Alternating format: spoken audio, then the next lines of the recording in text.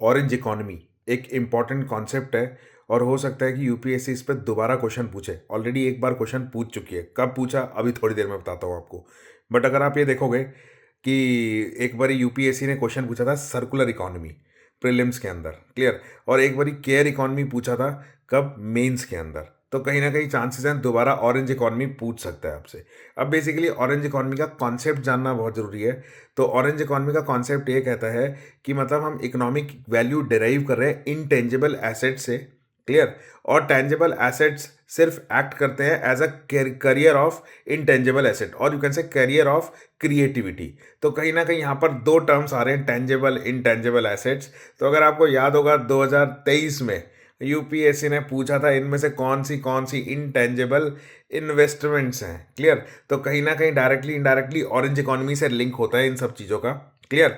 तो orange economy अगर आप देखोगे 2025 में, क्लियर, हमारी गवर्नमेंट ने वेव्स करके, मतलब 2025 में एक वेव्स करके समिट हुई थी।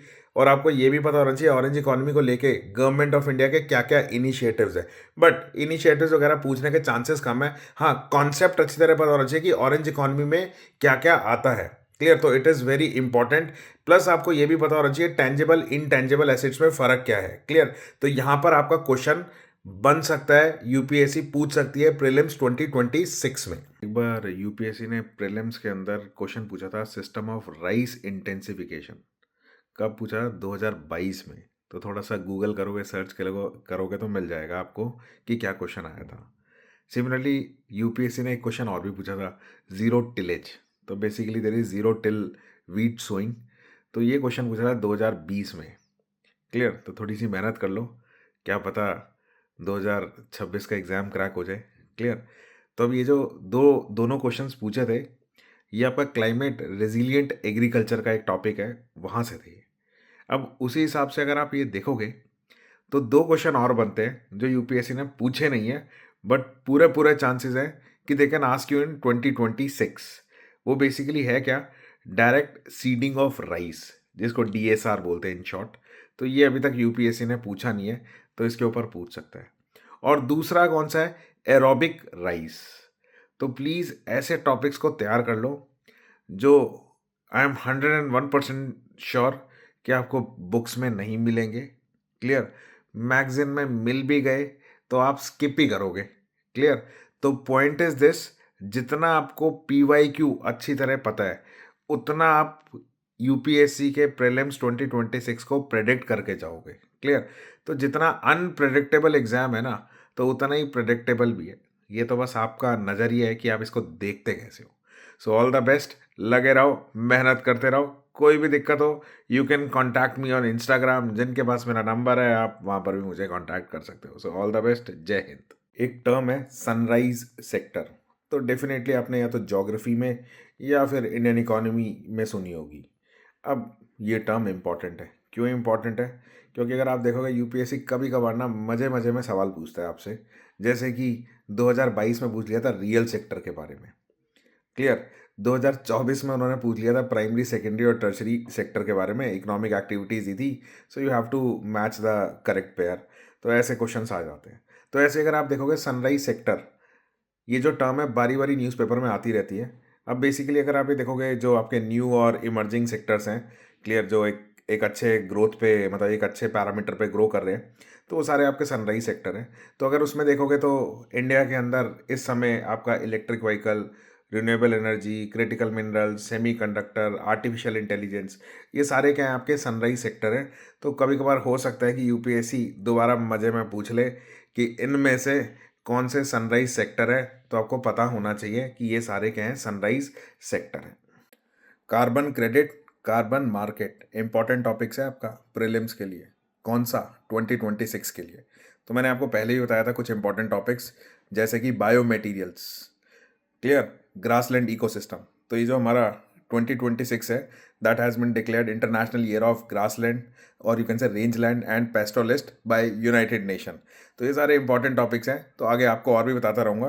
तो कहीं ना कहीं आपको बुक्स के बियॉन्ड भी जाके पढ़ना पड़ेगा, तो बुक्स में नहीं मिलेगा आपको। ठंड वैसे ही बढ़ चुकी है, तो प्लीज़ पढ़ाई करते रहो। 26 का एग्जाम अगर क्रैक करना है तो आपको ये टॉपिक्स कवर करने ही पड़ेंगे, नहीं तो बाद में जब एग्जाम के बाद देख के बोलोगे सर करंट अफेयर से क्वेश्चन आ गए हैं। एक एनवायरनमेंट में एक कॉन्सेप्ट है ओशन डार्कनिंग। आई होप आपने सुना होगा करंट अफेयर्स में। तो पूरे पूरे चांसेस हैं कि यूपीएससी पूछ सकता है। क्यों? क्योंकि ओशन इकोसिस्टम वैसे भी इंपॉर्टेंट है आपके प्रीलिम्स एग्जाम के लिए। तो पहले भी अगर आप देखोगे यूपीएससी ने पूछा हुआ है ओशन एसिडिफिकेशन के बारे में, तो उसी तरीके से आपसे पूछ सकता है किसके बारे में, that is regarding your you can से ओशन डार्कनिंग। अब ये कॉन्सेप्ट बेसिकली है क्या कि अगर आप ये देखोगे ओवर द टाइम पीरियड जो सनलाइट पेनिट्रेशन है ओशन के अंदर, मतलब कहाँ पर फोटिक जोन में, वो रिड्यूस होती जा रही है। क्लियर? तो अल्टीमेटली इसके ऊपर कई सारी स्टडीज़ भी हैं और लास्ट ईयर न्यूज़ में भी था, मतलब 2025 में न्यूज़ में भी था। तो इसलिए 26 प्रीलिम्स के लिए इंपॉर्टेंट बनता है। अब इसमें आपको याद क्या रखना है? एक तो सबसे पहले आपको जो वर्टिकल जोनेशन ऑफ ओशन है, लाइक फोटिक जोन, ए फोटिक जोन, तो उसमें आपने पढ़ा होगा एपीपेलाजिक, मेसोपेलाजिक, तो वो सारा जोनेशन आपको याद रखना है। तो मैं टेलीग्राम पे हैंड आउट डाल दूंगा, तो आप वहाँ से ले सकते हो। क्लियर? तो प्रॉपर्ली मैंने उसके अंदर आपको बताया हुआ है कि कैसे कैसे पॉइंटर्स पे कहाँ कहाँ क्वेश्चंस बन सकते हैं। दूसरा, अगर आप ये देखोगे आपको रीजंस पता होना चाहिए कि why there is darkening of the ocean. Clear? तो कुछ 7-8 रीजंस हैं आपके। Clear? Like growth of phytoplanktons, clear, run of from the agriculture, okay, coastal pollution, तो ये सारे पॉइंट्स हैं आपके, तो वो भी आपको उसमें मिल जाएंगे with a proper logic, proper understanding. Plus इसमें एक और चीज़ है, एक जू प्लैंक्टन है with a name you can say calanus copepod करके। So it act as a you can say indicator species. तो आई होप आपको पता होगा इंडिकेटर स्पीशीज क्या होता है। तो जैसे ही सनलाइट में हल्का सा वेरिएशन होता है, तो सबसे ज़्यादा इम्पैक्ट होने वाले ये जू प्लैंक्टन है। तो दोबारा बता रहा हूँ, इंपॉर्टेंट है, दैट इज योर कैलनस कोपोड, तो याद रखना। लगभग 120 दिन रह गए आपके प्रीलिम्स 2026 के एग्ज़ाम के लिए। और अगर आप अभी भी टाइम टेबल बना रहे हो ना कि सुबह ये पढ़ूंगा, शाम को ये पढ़ूंगा, दिन में लंच करूंगा, रात को उठ के फिर ये पढ़ूंगा, तो छोड़ दो भाई, टाइम टेबल मत बनाओ। अभी टाइम टेबल का टाइम जा चुका है। टाइम टेबल बनता है जब आप साल 1.5 साल पहले जब तैयारी स्टार्ट करते हो। क्लियर? अभी आपको क्या करना है, you have to make a check list. Clear? तो चेकलिस्ट बेसिकली क्या है, आपको हर सब्जेक्ट के ब्रॉड थीम्स उठाने हैं, उनके अंदर के सब टॉपिक्स उठाने हैं, and you have to see कि कौन से मेरे को टॉपिक्स आते हैं, कौन से नहीं आते हैं। क्लियर? तो जो टॉपिक्स आते हैं बहुत बढ़िया है, वो रेडी हो चुके हैं। जो नहीं आते हैं तो उनके कॉन्सेप्ट समझो या रट्टा लगाओ, ताकि आप उसको प्रीलिम्स 2026 के लिए रेडी कर सको। हाँ, एक चीज़ और याद रखना, जो आपके दिन में हर स्टूडेंट के लिए मतलब अलग चीज़ होती है, वो हर स्टूडेंट के पूरे डे के अंदर एक टाइम ऐसा होता है जब आपका ब्रेन ज़्यादा एक्टिव होता है। क्लियर? तो उस टाइम पे आप वो वाले टॉपिक्स करो जो आपको बिल्कुल नहीं आते। क्यों? क्योंकि उस समय आप अपना बेस्ट एफर्ट्स दे पाओगे। हाँ, जो टॉपिक्स आपको आते हैं उसको उस टाइम पे करो जब आपका ब्रेन मतलब ज़्यादा मतलब इनएक्टिव भी नहीं होना चाहिए, बट हाई पीक पे नहीं है। क्लियर? तो अल्टीमेटली आप अपने टाइम को इस तरीके से यूटिलाइज करो। तो दोबारा बोल रहा हूँ, दो चीज़ें कर लो। अपनी चेकलिस्ट बनाओ, मतलब कौन कौन से टॉपिक्स हमें पढ़ने हैं। क्लियर? और उसमें से कितने टॉपिक्स आपको आते हैं और कितने नहीं आते। दूसरा, जो नहीं आता उसको उस समय पे करना जब आपका ब्रेन सबसे ज़्यादा एक्टिव होता है। क्लियरली मतलब definitely you will clear this exam if you do these things. तो टाइम टेबल के पीछे मत भागो भाई। UPSC use to ask committees in PYQs. तो अगर आपने पीवाईक्यू को एनालाइज किया है तो आपने देखा होगा वहाँ पर कुछ कमिटीज़ पूछी है उन्होंने हर बार पीवाईक्यू में। स्पेशली अगर देखा जाए इन्वायरमेंट इकोनॉमी की कमिटीज़ को वो पूछता ही पूछता है। अब अगर मैं यहाँ पर बात करूँ तो एक इम्पॉर्टेंट टॉपिक है एनपीएस। तो मैंने अपनी पुरानी वीडियोस में भी आपको बताया कि NPS that is national pension system, इसको मिस मत करना। अब जनवरी 2026 में एक कमेटी है that is with the name MS Sahu committee, that is you can say formed by the government with respect to you can say bring reforms in NPS. Clear? तो NPS को लेके गवर्नमेंट काफ़ी सीरियस है। Okay, और वैसे भी अगर आप पीवाईक्यू एनालाइज करोगे तो अटल पेंशन योजना, तो again it is related to pension, तो नेशनल पेंशन सिस्टम, तो कहीं ना कहीं पेंशन टॉपिक इंपॉर्टेंट है गवर्नमेंट के लिए। तो कहीं ना कहीं आपको इस टॉपिक को स्किप करना ही नहीं है अपने प्रीलिम्स 2026 के लिए। तो इसको अच्छी तरह कर लो।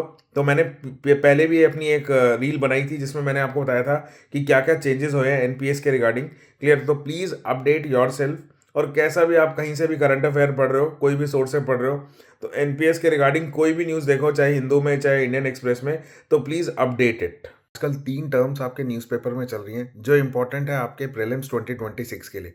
पहली टर्म है वेरिएबल रेट रेपो। दूसरी टर्म है आपका ओपन मार्केट ऑपरेशन और तीसरा टर्म है करेंसी स्वैप ऑक्शन। अब ये तीन टर्म्स क्यों चल रही हैं? Because there is a liquidity crunch in Indian financial system.